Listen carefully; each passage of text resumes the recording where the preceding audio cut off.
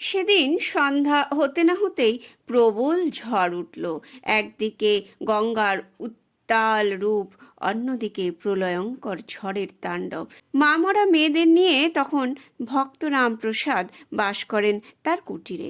ব্রাহ্মণ বেড়ার এক ধারে বসে বাঁধাছাদা করতে লাগলেন, কিন্তু বারবার বিপরীত দিক থেকে দড়ি ঘুরিয়ে কাজ করা সমস্যার ব্যাপার হয়ে গেল।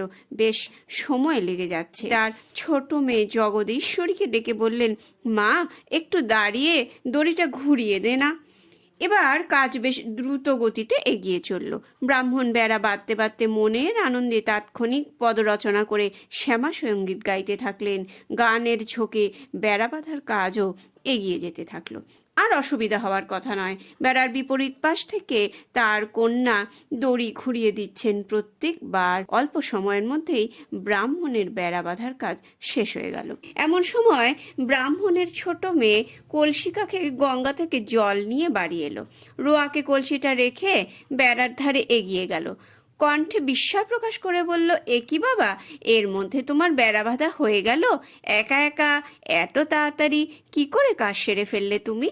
আমি তো ভাবলাম জল এনে তোমাকে সাহায্য করব। ভক্ত রামপ্রসাদ মেয়ের কথা শেষ হতে না হতেই হেসে ফেললেন। দুষ্টুমি করিস নে, তুই এতক্ষণ দড়িটা ঘুরিয়ে দিলি না বলেই না কাজটা তাড়াতাড়ি সেরে ফেলতে পারলাম। মেয়ে জগদীশ্বরী ভীষণ বিস্ময়ে তার দিকে তাকিয়ে থাকলো।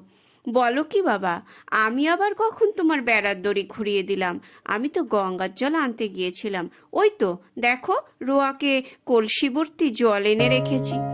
এবার ব্রাহ্মণের রহস্যটা বুঝতে আর বাকি রইল না।